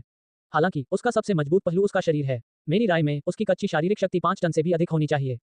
5 टन? मुझे डर है कि आपने उसे कम आंका है। लॉन्ग डुओ मुस्कुराया, लेकिन विस्तार से नहीं बताया। पूरे ड्रैगन माउंटेन बेस में लोंडो का सर्वोच्च अधिकार था। कुछ जांच के बाद उसे स्वाभाविक रूप से कुछ सुराग मिल गए थे। लिन फैंग की शारीरिक शक्ति 5 टन से कहीं अधिक, 8 टन से भी अधिक हो सकती है। 8 टन शारीरिक शक्ति वास्तव में बहुत भयानक थी। कम से कम लॉन्ग डुओ द्वारा मूल्यवान माने जाने वाले कुछ प्रतिभाशाली मार्शल कलाकारों में भी इतनी भयानक शक्ति नहीं थी। वह नहीं जानता था कि लिन फैंग के पास ताकत से संबंधित कोई महाशक्तियां हैं या नहीं, लेकिन इतनी ताकत के साथ इसमें कोई संदेह नहीं था कि उसका शरीर अच्छा होना चाहिए। उसके पास बहुत क्षमता थी जो शुई युवानशिंग और गाओ तियानसी से थोड़ी भी कम नहीं थी। चीफ कमांडर, क्या हमें अब कार्रवाई नहीं करनी चाहिए? ये 4 छोटे साथी वास्तव में बहुत अच्छे हैं, लेकिन हमें अभी भी यह युद्ध जीतना है। ये सही है, युद्ध जीतना सबसे महत्वपूर्ण बात है। क्या आपने उन राक्षसों के स्थान की पुष्टि की है? हमने बहुत पहले ही इसकी पुष्टि कर दी थी। कुल 6 राक्षस हैं। ठीक है, तो फिर हम ऐसा करते हैं। लॉन्ग डुओ ने भी सिर हिलाया और बाकी 15 अमानवीय पात्रों को आदेश दिया। इस युद्ध को जीतने के लिए सबसे जरूरी चीज थी 6 राक्षसों को मारना। हाँ, चीफ कमांडर, आपको इस बार पहले हमें कुछ मजा देना होगा। ये सही है, पिछली बार चीफ कमांडर ने व्यक्तिगत रूप से कार्रवाई की थी। उसके बाद हमारे लिए कुछ और करने को कैसे बचाया जा सका? चीफ कमांड, इस बार आप बेस से ही कमांड कर सकते हैं। आपको खुद को परेशान करने की कोई जरूरत नहीं है। ये देखकर कि लंबी जोड़ी भी हमला करने की तैयारी कर रही थी, अन्य आधे अमानवीय प्रयासों ने उसे जल्दी से मना लिया। लंबे समय तक कोई साधारण अमानवीय विशेषज्ञ नहीं था। अगर लंबी जोड़ी ने हमला किया तो उनके पास करने के लिए कुछ नहीं बचेगा। पिछली बार ये ठीक इसलिए हुआ था क्योंकि लंबी जोड़ी ने हमला किया था और 3 राक्षसों को मार डाला था। अकेले ही इतनी बड़ी पंक्ति में खड़े हो गए कि वे भयानक जानवर छिपे हो गए। अन्य अमानवीय विशेषताओं पर हमला करने का मौका भी नहीं मिला। अंत में यह अजीब और मनोरंजक दोनों ही लग रहा था। लंबी जोड़ी केवल प्रेरित भाव से सिर हिलाकर कह सका, ठीक है, मैं इस बार हमला नहीं करूंगा। तुम लोगों को अच्छा काम करना होगा। चीफ कमांडर, चिंता मत करो, हम केवल 6 छोटे राक्षसों से निपटने के लिए पर्याप्त हैं। इसके साथ ही शेष 15 अमानवीय विशेषज्ञ आकाश में उड़ गए और 15 प्रकाश की शक्तियों में बदल गए, जो भयानक जानवरों की भीड़ के पीछे की ओर उड़ गए। युद्ध के मैदान में मार्शल कॉस्ट्स ने स्वाभाविक रूप से इस तरह के बड़े हंगामे को देखा। इस प्रकार सभी मार्शल कलाकारों ने जयकार की। जिन अप्रामाणिक आत्माओं ने आनुवंशिक ताले तोड़ दिए थे, वे जीत की अवस्था में थे। जब तक अप्रामाणिक विशेषज्ञ तलाशते रहे, तब तक ये निर्णायक लड़ाई मूल रूप से जीत ली गई थी। हाँ, मैं सबसे तेज हूँ। ये 15 किरणें एक दूसरे से होती हुई लग रही थीं। बटालियन 3 का नेता सबसे पहले भयानक जानवरों की भीड़ के पीछे की ओर उड़ गया। वह अचानक आकाश से नीचे उतरा, जैसे कोई उल्कापिंड धरती पर गिरा हो। धमाका! पूरी जमीन हिंसक रूप से हिल गई और एक भयानक शॉकवेव सभी जगहों पर फैल गई। आसपास के भयानक जानवर, चाहे वे साधारण भयानक जानवर हों, कुलीन भयानक जानवर हों या भयानक जानवरों के स्वामी हों, सभी बिना किसी अपवाद के खूनी धुंध में उड़ गए और पूरी धरती पर बिखर गए। उसी समय अमानवीय विशेषज्ञ फिर से हंसा और हवा से दबा। ऐसा लग रहा था जैसे हवा अचानक विस्फोट होने से पहले चरम सीमा तक संकुचित कर दिया गया हो। 100 मीटर के दायरे में मौजूद सभी खूंखार जानवर खूनी धुंध में उड़ गए। उन्होंने कोई प्रतिरोध नहीं किया। लिन फैंग चौंक गया। उन्होंने अमानवीय विशेषज्ञों के बारे में कुछ जानकारी एकत्र की थी और यह भी अनुमान लगाया था कि अमानवीय विशेषज्ञ अत्यंत शक्तिशाली थे। बिना किसी अपवाद के उन सभी के पास कम से कम 100 टन की शारीरिक शक्ति थी। हालांकि चाहे उसने कितनी भी जानकारी जुटाई हो, यह उतना आश्चर्यजनक नहीं हो सकता था जितना कि अपनी आंखों से देखना। एक अमानवीय विशेषज्ञ की अविश्वसनीय शक्ति पहले ही लिन फैंग की कल्पना से परे हो चुकी थी। चाहे वह कितने भी भयानक जीनों का संयोजन कर ले, वह संभवतः ऐसे चुनौतीपूर्ण स्तर तक नहीं पहुंच पाएगा। जैसे ही 15 अमानवीय विशेषज्ञ नीचे उतरे, भयानक जानवर तुरंत पराजित हो गए। यह कोई युद्ध नहीं था, बल्कि एक तरफा नरसंहार था। गर्जन! अचानक भयानक जानवरों की भीड़ के पीछे से एक जोरदार दहाड़ आई। सिर्फ दहाड़ ही सभी मार्शल कलाकारों को डराने के लिए पर्याप्त थी और उनके कान के पर्दे भी फट गए। कुछ मार्शल कलाकार सिर्फ दहाड़ से ही घायल हो गए। राक्षस! यह कोई राक्षस ही होगा। राक्षस अमानवीय विशेषज्ञों के बराबर हैं। यह असली निर्णायक लड़ाई है। हर कोई अच्छी तरह जानता था कि निर्णायक लड़ाई की असली कुंजी आनुवंशिक ताला तोड़ने वाले विशेषज्ञों और राक्षसों के बीच लड़ाई का नतीजा था। अन्यथा चाहे मार्शल कलाकारों को साधारण भयानक जानवरों के खिलाफ कितना भी फायदा क्यों न हो, फिर भी उनके खिलाफ ही स्थिति बदल सकती थी। उसके तुरंत बाद सभी ने एक के बाद एक 10 मंजिला इमारतों जितने विशालकाय भीमकाय देखे। ये राक्षस थे, ऐसे प्राणी जो अमानवीय विशेषज्ञों के बराबर थे। सिर्फ उनके आकार को देखकर ही आम मार्शल आर्टिस्ट निराश हो जाते थे। चाहे वे कितने भी हों, वे ऐसे भयानक राक्षस के सामने क्या कर सकते थे? किसी ने जेनेटिक लॉक तोड़ा है या नहीं, ये व्यावहारिक रूप से एक बहुत बड़ी खाई थी। इसने अकल्पनीय अंतर पैदा कर दिया। 1 2 3 4 5 6 जैसे ही राक्षस प्रकट हुए, भयानक राक्षसों ने 15 अमानवीय विशेषज्ञों का भी सामना किया। सभी भयानक जानवर युद्ध के मैदान से बहुत दूर चले गए। यह एक ऐसा युद्ध था जो केवल राक्षसों और अमानवीय विशेषज्ञों का था। अमानवीय स्तर से नीचे के लोग उनके पास आने की आशा भी नहीं कर सकते थे। 6 राक्षसों के बाद एक और राक्षस स्पष्ट रूप से प्रकट हुआ। इसके अलावा ये राक्षस अन्य राक्षसों से बहुत अलग था। हालांकि यह सबसे बड़ा नहीं था, लेकिन इसका पूरा शरीर अनगिनत झुर्रियों और ट्यूमर से भरा हुआ था। यह एक विशाल कीड़े की तरह दिखाई दे रहा था। मूलतः शांतचित्त अमानवीय विशेषज्ञों की मुस्कान गायब हो गई। 7 राक्षस! क्या खुफिया एजेंसियों ने यह नहीं कहा था कि केवल 6 राक्षस थे? Chief commander long Duo base पर युद्ध की देखरेख कर रहे थे। उनका चेहरा भी अचानक गंभीर हो गया। उन्होंने तुरंत अपने सहायक को निर्देश दिया, 7 राक्षस क्यों हैं? जल्दी से खुफिया विभाग को सूचित करें ताकि पूरी जांच हो सके। ये राक्षस पहले कभी क्यों नहीं देखा गया? लॉन्ग डुओ बहुत चिढ़ गया। यह एक निर्णायक लड़ाई थी और खुफिया विभाग ने इतने लंबे समय तक जांच की थी। वे पूरी जांच कैसे नहीं कर सकते थे? हालांकि इससे पहले कि लॉन्ग डुओ अपना गुस्सा जाहिर कर पाता, उसकी आंखें अचानक सिकुड़ गईं। उसने देखा कि उन राक्षसों के पीछे वास्तव में और भी राक्षस थे। 8, 9, 10 जैसे जैसे अधिक से अधिक राक्षस प्रकट होते गए, न तो लंबे 2 और न ही 15 अमानवीय विशेषज्ञ अब मुस्कुराने की हिम्मत कर पाए। उनकी बुद्धि के अनुसार ड्रैगन पर्वत क्षेत्र में केवल 6 राक्षस थे, लेकिन अब कुल 12 राक्षस प्रकट हुए थे। ये 12 राक्षस थे, जिन्हें खुफिया रिपोर्ट में दी गई संख्या से दुगने थे। इसके अलावा सबसे भयानक बात यह थी कि 6 अतिरिक्त राक्षस सभी एक जैसे थे। वे एक विशाल कीड़े की तरह दिखते थे और बेहद विचित्र और यादगार थे। ये और भी अजीब था, वह ड्रैगन पर्वत क्षेत्र में भयानक जानवर की पहले ही गहन जांच कर ली थी। इतने सालों में ऐसे भयानक जानवर कभी नहीं देखे गए। 6 अतिरिक्त राक्षस जो स्पष्ट रूप से एक ही जाति के थे, अचानक कैसे प्रकट हो सकते थे? क्या इस मामले की पूरी जांच की है? ये कैसा भयानक जानवर है? लांगडुओ का लहजा बहुत सख्त था। खुफिया विभाग ने एक अक्षम्य गलती की थी। जांच के लोगों में किसी तरह 6 राक्षस गायब थे और ऐसी गलती बिल्कुल भी माफ करने लायक नहीं थी। उसके बगल में सहायक का माथा ठंडी पसीने से भर गया था। उसे अचानक संचार करने का मन हुआ और उसने जल्दी से उसे ढूंढ लिया। हालांकि सहायक की अभिव्यक्ति अधिक से अधिक चिंतित होती जा रही थी। अंत में वह केवल सावधानियों से कह सका, चीफ कमांडर, खुफिया विभाग के पास कोई नहीं है।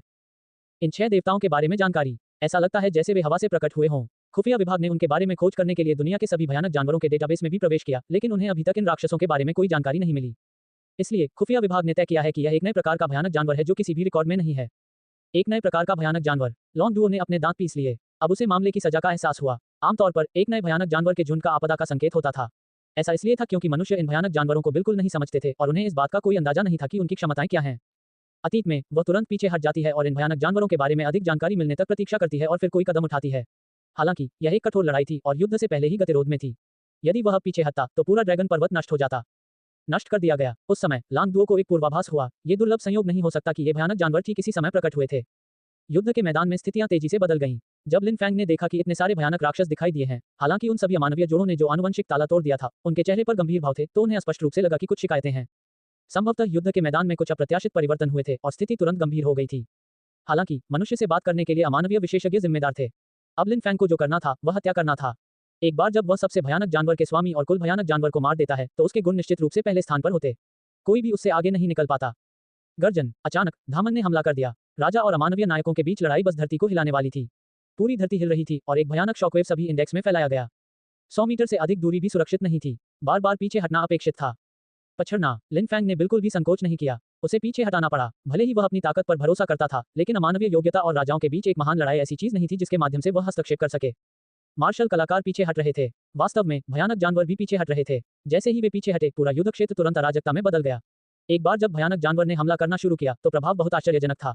एक पल के लिए लोग हर जगह गिर रहे थे। कई मार्शल कलाकार मारे गए। क्षमाशील जानवर। युद्ध के मैदान पर स्थिति उसकी कल्पना से भी अधिक भयावह थी। ये देखकर वह बहुत हिल गया। हालांकि उसके पास हस्तक्षेप करने की योग्यता भी नहीं थी। जो लोग वास्तव में परिणाम निर्धारित कर सकते थे वे अमानवीय विशेषज्ञ थे। वुश। क्रिम्सन विंग्स के शुई युवानशिंग में उड़ान भरने की क्षमता थी। स्वाभाविक रूप से वह समय पर पीछे हट गया। वह लिन फैंग के पास आया और उसे एक लंबी झलक से देखा। तुम बहुत अच्छे हो। तुम्हारे मेरिट पॉइंट अस्थायी रूप से मेरे से ज्यादा हो गए हैं। हालांकि अंतिम विजेता निश्चित रूप से मैं ही होऊंगा। शुई युवानशिंग को गर्व था। उसकी धरती और शक्ति दोनों ही शक्तिशाली थे। उसका लक्ष्य दानव राजा डोंगफेंग शेंग को मात देना था, वह भयानक आदमी जिसने लगभग अकेले ही चमत्कार किया था। हालांकि जैसे जैसे उसकी ताकत बढ़ती गई, शुई युवानशिंग को एहसास हुआ कि डोंगफेंग शेंग कितना दुर्जय था। यहां तक कि अब तक वैश्विक युद्ध कक्ष में डोंगफेंग शेंग को चुनौती देते हुए भी वह एक भी चाल आगे नहीं बढ़ा पाया था। डोंगफेंग शेंग इतना शक्तिशाली था कि यह निराशा की सीमा पर था। लिन फैंग, शुई युवानशिंग और यहां तक कि यू शान भी पहले ही पीछे हट चुके थे। दूसरी ओर मुलायम सिंह यादव त्यांसी अभी तक वापस नहीं आया था। चूंकि गाओ त्यांसी ने अपनी निडर महाशक्ति का इस्तेमाल किया था, इसलिए उनका स्वभाव स्वाभाविक रूप से हिंसक हो गया था। एक बार जब उसने हत्या करना शुरू कर दिया तो वह बिल्कुल भी नहीं रुक सकती थी। इसके अलावा गाओ त्यांसी के आसपास सबसे भयानक जानवर थे। वह कई परतों से घिरा हुआ था और कुछ समय के लिए बाहर नहीं निकल सकता था। डिस्कवर NOVA एल्बन को पर अपडेट किया गया उपन्यास। हालांकि लिन फैंग और बाकी लोग चिंतित नहीं थे। गाओ त्यांसी की ताकत के साथ चाहे कितने भी भयानक जानवर हों, वे उसके लिए कोई खतरा नहीं बनेंगे। जैसे ही लिन फैंग और शुई युवानशिंग फिर से भयानक जानवरों की भीड़ की ओर बढ़ने वाले थे, दूर के राक्षस और अमानवीय विशेषज्ञ पहले ही लड़ाई शुरू कर चुके थे। यहां तक कि मुख्य कमांडर लॉन्गडुओ भी लड़ाई में शामिल हो गया था। ये वास्तव में एक ऐसी धरती हिलाने वाली घटना थी जिसकी ताकत बहुत ही आश्चर्यजनक थी। यहां तक कि एक पहाड़ भी इससे आसानी से कुचला जा सकता था। यह अमानवीय प्रतिभा और पेशेवर मार्शल कलाकारों के बीच बुनियादी अंतर था। ये जीवन का एक परिवर्तन था और सामान्य लोगों के लिए अकल्पनीय स्तर तक शक्ति की वृद्धि थी। जैसे ही अमानवीय विशेषज्ञ राक्षसों से लड़ रहे थे, 3 और भयानक जानवर एक एक करके भयानक जानवरों की भीड़ के पीछे घाटी से बाहर निकल आए। ये 3 भयानक जानवर बहुत अजीब थे। उनका आकार भयानक जानवरों के राजाओं से बहुत बड़ा था, लेकिन वे राजाओं से छोटे थे। इसके अलावा जब ये भयानक जानवर सामने आए तो अन्य भयानक जानवर तुरंत चुप हो गए। यहां तक कि गाओ त्यांसी को घेरने वाले भयानक जानवर भी रुके गए और सम्मानपूर्वक जमीन पर बैठ गए। शुई युवानशिंग की आंखें चौड़ी हो गईं जब वह 3 विशेष भयानक जानवरों को एकटक देखता रहा। गाओ त्यांसी अपनी उन्मत्त अवस्था में था। उसे बिल्कुल भी परवाह नहीं थी। जब उसने 3 विशालकाय भयानक जानवरों को देखा तो उसने एक ही बार में मुक्का मारा। हालांकि जानवरों में से एक, जो स्पष्ट रूप से सून जानवर का एक बड़ा संस्करण था, ने अचानक अपनी आवाज को विकसित किया, जो एक विशाल स्तंभ की तरह आकाश से नीचे उतरा और जोर से टूट गया। टकराना। गाओ तियानसी 3 मीटर से अधिक लंबा था और इसके अलावा वह अपनी उन्मत्त अवस्था में था। उसकी ताकत इतनी शक्तिशाली थी कि वह लिन फैंग की शारीरिक शक्ति से भी अधिक थी। लेकिन विशाल सूंड वाले जानवर के अचानक प्रहार से गाओ तियानसी उड़ गया और उसका विशाल शरीर जमीन पर गिर गया। इस समय अभी भी उन्मत्त अवस्था में होने के बावजूद गाओ तियानसी को भी होश आ गया। उसके नेत्रों में दिव्या दिखाई दी। ये कैसे संभव था? गाओ तियानसी की ताकत लगभग ग्रेड 9 पेशेवर के शिखर पर पहुंच गई थी। यदि कोई इसे भयानक जानवर की ताकत के अनुसार निर्धारित करता है, तो वे भयानक जानवरों के बीच व्यवहारिक रूप से अजेय होंगे। अपनी उन्मत्त अवस्था में उसकी शक्ति 10 टन से अधिक रह जाएगी। यहां तक कि लिन फैंग की ताकत भी गाओ तियानसी की तुलना में थोड़ी कम थी, बिना अर्धशतक के। लेकिन अब गाओ तियानसी बिल्कुल भी विरोध नहीं कर सका और उसे विशालकाय सूंड वाले जानवर ने उड़ा दिया। क्या ये कोई राक्षस हो सकता है? गाओ तियानसी अचानक अपने पैरों पर कूद पड़ा। वह गुस्से में दिख रहा था। राक्षसों के अलावा उसने सोचा था कि वह भयानक जानवर के बीच अजेय था, फिर भी उसे अब एक अज्ञात भयानक जानवर ने उड़ा दिया। वह इसे कैसे सहन कर सकता था? इसलिए गाओ तियानसी ने एक भयंकर दहाड़ लगाई। उसका शरीर फिर से थोड़ा फैल गया था। इसके अलावा उसके पूरे शरीर की मांसपेशियां तनी हुई थीं। गाओ तियानसी के शरीर को काली हवा के निशान भी ढके हुए थे। ये वह था जो अपनी निडर महाशक्ति का चरम पर उपयोग कर रहा था। ये गाओ तियानसी की सबसे मजबूत स्थिति थी। इस स्थिति में शुई युवानशिंग, जो हमेशा तियानसी से आगे निकल गया था, उसे दुश्मन के रूप में चुनौती देना मुश्किल होगा। गाओ तियानसी का शरीर, जो 3 मीटर से अधिक लंबा था, एक छोटे से विशालकाय जानवर की तरह विशालकाय सूंड वाले जानवर की ओर बढ़ा। विशालकाय सूंड वाले जानवर ने अचानक अपना अगला पैर उठाया और जोर से नीचे गिरा। धमाका। यह विशुद्ध शक्ति का सामने का संघर्ष था। गाओ तियानसी ने दोनों हाथों से उस विशालकाय सूंड वाले जानवर को घुसकर पकड़ रखा था। हालांकि उसका पूरा शरीर मारने की कोशिश पर लग रहा था।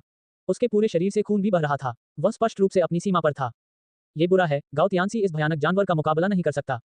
शुई युवानशिंग ने तुरंत अपने पंख फड़फड़ाए और कानों वाले जानवरों पर प्रचंड शक्ति छोड़ दी, जिससे उनका ध्यान उनकी ओर आकर्षित हुआ। गाओ तियानसी जल्दी से पीछे हट गया। उसका पूरा शरीर थोड़ा कांप रहा था और वह जोर जोर से सांस ले रहा था। ये स्पष्ट था कि उसे गंभीर चोटें लगी थीं। शुई युवानशिंग, मैं तुम्हारा जीवन ऋणी हूं, गाओ तियानसी ने दबी आवाज में कहा। हालांकि वे दोनों प्रतिस्पर्धी थे, इतने सालों के बाद वे एक दूसरे की प्रतिभा की भी सराहना करते थे। शुई युवानशिंग ऑनस्टैंड गाओ तियानसी को मरते हुए नहीं देख सकते थे। गाओ तियानसी, तुम भाग्यशाली हो कि इस बार जीवित हो। तुम इन 3 भयानक जानवरों की प्रकृति के बारे में क्यों नहीं आश्वस्त हो? अगर मैं गलत नहीं हूं, तो उन भयानक जानवरों के राजा होने चाहिए। शुई युवानशिंग ने 3 विशालकाय भयानक जानवर को स्थिर दृष्टि से देखा। उसका चेहरा बहुत उदास था। क्या भयानक जानवर राजा? असंभव। हम कई सालों से ड्रैगन पर्वत क्षेत्र में हैं। हमने कभी भयानक जानवर राजा का सामना कब किया है? गाओ तियानसी का चेहरा बदल गया। वह अविश्वसनीय लग रहा था। बेवकूफ, अगर वह भयानक जानवर राजा नहीं है, तो तुम एक भी युद्ध का सामना कैसे नहीं कर सकते? शुई युवानशिंग ने अपने पैर को सिकोड़ लिया। वह अच्छी तरह जानती थी कि गाओ तियानसी कितना शक्तिशाली था। अगर गाओ तियानसी अपनी उन्मत्त अवस्था में भी भयानक जानवर के किसी भी युद्ध का सामना नहीं कर सका, तो राक्षस के अलावा ये केवल एक भयानक जानवर राजा ही हो सकता है। भयानक जानवर राजा। 3 और भयानक जानवर राजाओं के एक साथ प्रकट होने के लिए कुछ गड़बड़ होनी चाहिए। क्या हम वाकई टिक पाएंगे? गाओ तियानसी का चेहरा गंभीर था। उसकी वर्तमान चोटों के बारे में भूल जाओ, अपनी चरम स्थिति में भी वह भयानक जानवर राजाओं का मुकाबला नहीं कर सकता था। भयानक जानवरों के राजाओं और राक्षसों के बीच भयानक जानवरों के राजाओं को सबसे भयानक जानवर माना जा सकता है। पेशेवर मार्शल कलाकारों के स्तर पर वे व्यवहारिक रूप से अजेय थे। हालांकि शुई युवानशिंग और गाओ तियानसी ने अभी असंख्य भयानक जानवरों का वध किया था, और कोई भी भयानक जानवर का राजा उनके एक भी वार का सामना नहीं कर सकता था, चाहे वे कितने भी घमंडी क्यों न हो। वे जानते थे कि वे भयानक जानवर राजाओं से परास्त थे। अगर वहां सिर्फ एक ही भयानक जानवर राजा होता, तो भी वे उसे घेरकर एक साथ हमला कर सकते थे। भले ही वे उसे हरा न सकें, लेकिन कम से कम उसे व्यस्त तो रख ही सकते थे। लेकिन अब जब वहां 3 भयानक जानवर राजा थे, तो वे कैसे टिक सकते थे? गड़गड़ाहट। इस समय अमानवीय विशेषज्ञों और दूर के राक्षसों के बीच लड़ाई अपने चरम पर पहुंच गई थी। यहां तक कि अगर शुई युवानशिंग उन अमानवीय विशेषज्ञों से मदद मांगना चाहता था, तो कोई भी अमानवीय विशेषज्ञ आगे नहीं आ सकता था। इस प्रकार वे केवल अपने आप पर ही भरोसा कर सकते थे। इसमें कोई संदेह नहीं था कि वे अब सबसे खतरनाक स्थिति में थे। जैसे कि उसे उकसाया गया हो, वह विशालकाय सूंड वाला जानवर फिर से उन पर उन्मत्त होकर टूट पड़ा। उसका लक्ष्य गाओ तियानसी था। शुई युवानशिंग ने गहरी सांस ली और कहा, हमें इन 3 भयानक जानवरों को बिल्कुल भी आक्रमण नहीं करने देना चाहिए, अन्यथा हमारी पूरी रक्षा पंक्ति ध्वस्त हो जाएगी। इसके परिणाम अकल्पनीय हैं। शुई युवानशिंग ने यूशान और लिन फैंग को घूरकर देखा। उसका मतलब साफ था, वह चाहता था कि वे चारों मिलकर 3 भयानक जानवर राजाओं से लड़ें। गाओ तियानसी ने एक कदम आगे बढ़ाया और धीमी आवाज में कहा, मुझे भी शामिल कर लो। मैं कोई महान व्यक्ति नहीं हूं, लेकिन यह निर्णायक लड़ाई है। अगर हम भाग गए, तो रक्षा की रेखा पूरी तरह से खो जाएगी। अगर 3 भयानक जानवर राजा मार्शल कलाकारों की भीड़ में हमला करते हैं, तो वे भीड़ों के झुंड में हमला करने वाले बाघों की तरह होंगे। माँ, मैं एक मार्शल कलाकार हूं और मैं अपने धर्म के विरुद्ध नहीं जा सकता। यूशान ने भी एक कदम आगे बढ़ाया। दृढ़ निश्चयी नजर से उसने कहा, मैंने कभी मेरिट रैंकिंग पर ज्यादा ध्यान नहीं दिया। मैं सिर्फ इतना चाहता था कि अपने परिवार का खर्च चलाने लायक पैसे कमा सकूं। मुझे भी उम्मीद नहीं थी कि मैं वर्तमान में इतनी दूर आ जाऊंगा। अगर हम 3 भयानक जानवरों को नहीं रोक पाए, तो वे उत्पात मचाएंगे। भूमि के माध्यम से सभी मार्शल कलाकारों का वध करना और पूरे ड्रैगन माउंटेन बेस को नष्ट करना। फिर हमारे मानव गढ़ को संभवतः एक विनाशकारी झटका लगेगा। इसलिए हमें मरते दम तक लड़ना होगा। यूशान के दृढ़ निश्चयी हाव भाव ने शुई युवानशिंग और गाओ तियानसी को भी प्रभावित कर दिया। वे भी आगे बढ़े और धीमी आवाज में चिल्लाए, मौत तक लड़ो। लिन फैंग को ऐसा लगा जैसे वह इन मार्शल आर्टिस्ट से पहली बार मिल रही है। अतीत में अकादमी में जिन मार्शल कलाकारों से उनकी मुलाकात हुई थी, वे या तो स्वार्थी थे या षड्यंत्रकारी थे और अपने प्रतिद्वंद्वियों से मुक्ति पाने के लिए विभिन्न तरीकों की खोज में बहुत उत्सुक थे। हालांकि ड्रैगन माउंटेन बेस में भयानक जानवर से पहले उनकी केवल एक ही पहचान थी, मार्शल कलाकार। मार्शल आर्टिस्ट मानवता की रक्षा के लिए सबसे मजबूत गढ़ थे। भयानक जानवर का सामना करते समय मार्शल आर्टिस्ट को पीछे नहीं हटना चाहिए। इस सुविधा के बारे में कुछ नहीं कहा गया है, ये केवल पंथ के बारे में था। लिन फैंग ने गहरी सांस ली। उसने भी एक कदम आगे बढ़ाया, अपनी तलवार को कसकर पकड़ा और धीमी आवाज में कहा, मौत तक लड़ो। अच्छा, हाँ, तो फिर पहले इस भयानक जानवर राजा से पढ़ते हैं। क्रिम्सन विंग शुई युवानशिंग जोर से हंसा। अपने पंखों के फड़फड़ाने के साथ वह लाल रोशनी की एक परत में बदल गया और तुरंत विशाल ध्वनि वाले जानवर की ओर बढ़ गया। हाथ में विशाल कुल्हाड़ी लेकर अत्याचारी कुल्हाड़ी गाओ तियानसी स्वर्ग की ओर दहाड़ने लगा। उसका शरीर फिर वास्तविक में फैल गया और वह जल्दी ही 3 मीटर से अधिक लंबे समय तक एक छोटे से विशाल में बदल गया। उसके शरीर की सतह पर कपड़े थे और खून भी बह रहा था। हालांकि जैसे कि उसे बिल्कुल भी दर्द महसूस नहीं हुआ। गाओ तियानसी का विशाल अचानक शरीर पर जोर से पटका और विशाल ध्वनि जानवर की आक्रामकता से हमला किया गया। शुई युवानशिंग, जो हवा में था, विशाल ध्वनि वाले जानवर के सिर के ऊपर उड़ गया। फिर उसके शरीर पर लाल रंग की रोशनी खून की तरह लाल हो गई। उनके हाथों में एक रक्तवर्णी गोला संगठन हो रहा था। भनभनाना गोला लगातार फैल रहा था, लेकिन उसके अंदर कोई भयानक शक्ति बैठ रही हो। वह दिखने वाली आभा ही किसी को थोड़ा डर महसूस कराने के लिए काफी थी। मुझे 30 सेकंड दो, शुई युवानशिंग ने नीचे गाओ तियानसी पर चिल्लाया। कुल्हाड़ी काट, पहली बारी। गाओ तियानसी किसी रहस्यमय तकनीक का इस्तेमाल कर रहा था। उसके शरीर पर अचानक आभा फूट पड़ी। टकराना। विशालकाय सूंड वाले जानवर ने अपनी सूंड घुमाई, लेकिन गाओ तियानसी की विशाल कुल्हाड़ी उसकी रक्षा को भेद नहीं पाए। इसके अलावा भयानक पलटाव बल ने गाओ तियानसी के शरीर को फिर से घायल कर दिया। हालांकि इससे गाओ तियानसी पीछे नहीं हटी। उसका पूरा शरीर खून से लथपथ था, लेकिन फिर भी वह दहाड़ता रहा। कुल्हाड़ी का युद्ध, दूसरा युद्ध। स्विश। ये रहस्यमय तकनीक गाओ तियानसी के शरीर पर स्पष्ट रूप से अत्यधिक उलझी हुई थी। जैसे ही उसने दूसरा नाम इस्तेमाल किया, उसकी आभा अकल्पनीय स्तर तक बढ़ गई। गाओ तियानसी ने विशालकाय सूंड वाले जानवर को दूसरी बार मार डाला। इस बार सूंड वाले जानवर का विशालकाय शरीर अचानक रुक गया। उसकी लंबी सूंड पर कुल्हाड़ी का निशान भी साफ दिखाई दे रहा था। लेकिन ये तो हद थी। तीव्र दर्द ने विशालकाय सूंड वाले जानवर को पागल कर दिया। उसने गाओ तियानसी के शरीर पर लात मारी, जिससे वह उड़ गया और जमीन पर जोर से गिर गया। यहाँ तक कि उसके हाथ में पकड़ी हुई विशालकाय कुल्हाड़ी भी एक तरफ गिर गई। शुई युवानशिंग, अब सब कुछ आप पर निर्भर है। गाओ तियानसी गंभीर रूप से घायल हो गया था और अब वह लड़ नहीं सकता था। हालांकि उसने शुई युवानशिंग के लिए वे कीमती 30 सेकंड खरीदे थे। इस समय शुई युवानशिंग एक लाल रंग की चमक से घिरा हुआ था। खून जैसी चमक एक विशाल गोले का रूप ले रही थी। अचानक शुई युवानशिंग की आवाज गूंजी, जो 12मासी बर्फ की तरह ठंडी थी। क्रिम्सन फ्लेम और फट। जैसे ही शुई युवानशिंग के शब्द निकले, विशाल लाल गोला नीचे गिरकर विशालकाय सूंड वाले जानवर से जा टकराया। धमाका, रोशनी चमक उठी। विशालकाय सूंड वाला जानवर दर्द से चिल्ला उठा। ऐसा लग रहा था कि उसका पूरा शरीर जलने वाला है। दर्द में वह पागलों की तरह इधर उधर भागने लगा, अनगिनत भयानक जानवरों और मार्शल कलाकारों को रौंदता और मारता हुआ मौत के घाट उतार दिया। ध्यान से, शुई युवानशिंग आगे बढ़ने ही वाला था, लेकिन उसके पीछे 2 और भयानक जानवर राजा थे। उनमें से एक भयानक जानवर था जो शाही की तरह घने कांटों से ढका हुआ था। वह चुपचाप शुई युवानशिंग के पास आ चुका था। फिर उसके कांटे उसके शरीर से अलग हो गए और शुई की ओर फायर कर दिया। युवानशिंग पर तीरों की भारी बौछार की तरह हमला हुआ। शुई युवानशिंग ने बहुत तेजी से प्रतिक्रिया की, लेकिन चाहे उसकी प्रतिक्रिया कितनी भी तेज क्यों न हो, वह भारी स्पाइक्स के सामने कुछ नहीं कर सकता था। उसका पूरा शरीर स्पाइक से तुरंत छिन्न भिन्न हो गया और वह सीधा जमीन पर गिर गया। वूश, युशान ने एक विचित्र चाल का इस्तेमाल किया। एक प्रेत की तरह उसने शुई युवानशिंग को जमीन से पकड़ लिया, इससे पहले कि हेजहॉग जैसा भयानक जानवर राजा उस तक पहुंच पाता और पीछे की ओर भाग गया। हालांकि शुई युवानशिंग और गाओ तियानसी दोनों गंभीर रूप से घायल हो गए थे। युशान का चेहरा भी थोड़ा पीला पड़ गया था। भले ही उसके 3 सिर और 6 हाथ हो गए हों, फिर भी वह 3 भयानक जानवर राजाओं का मुकाबला नहीं कर सकता था। जल्द ही विशाल सूंड जानवर के शरीर पर लाल रंग की लपटें बुझ गईं। हालांकि विशाल सूंड जानवर का शरीर भी खून से लथपथ था और उसके पूरे शरीर से एक हिंसक आभा निकल रही थी। स्पष्ट रूप से अभी अभी किए गए उस प्रहार ने भी विशाल सूंड जानवर को बहुत बड़ा झटका दिया था। नवीनतम अध्याय NOAL को पर पढ़ें। हालांकि ये सिर्फ एक झटका था। विशालकाय सूंड वाले जानवर को मारना बहुत मुश्किल था। इन 3 भयानक जानवरों में से किसी एक का भी कोई साधारण मार्शल कलाकार विरोध नहीं कर सकता था। अपवाद तब था जब कोई व्यक्ति आनुवंशिक ताला तोड़कर अमानवीय बन सकता था। लेकिन आनुवंशिक ताला तोड़ना कितना मुश्किल था। भले ही शुई युवानशिंग और गाओ तियानसी दोनों अभी जीवन या मृत्यु परिदृश्य में थे और अभी भी मौत के कगार पर थे, फिर भी वे आनुवंशिक ताला तोड़ने में असमर्थ थे। ताला। जैसे ही तीनों भयानक जानवर राजा धीरे धीरे पास आए, युशान भी खड़ा हो गया। उसने अपने हाथ में तलवार पकड़ ली। इसी तरह वह एक भी कदम पीछे नहीं हटेगा। उन दोनों का ख्याल रखना। ये काम मुझ पर छोड़ दो। अचानक लिन फैंग ने एक कदम आगे बढ़ाया और 3 भयानक जानवर राजाओं के सामने खड़ा हो गया।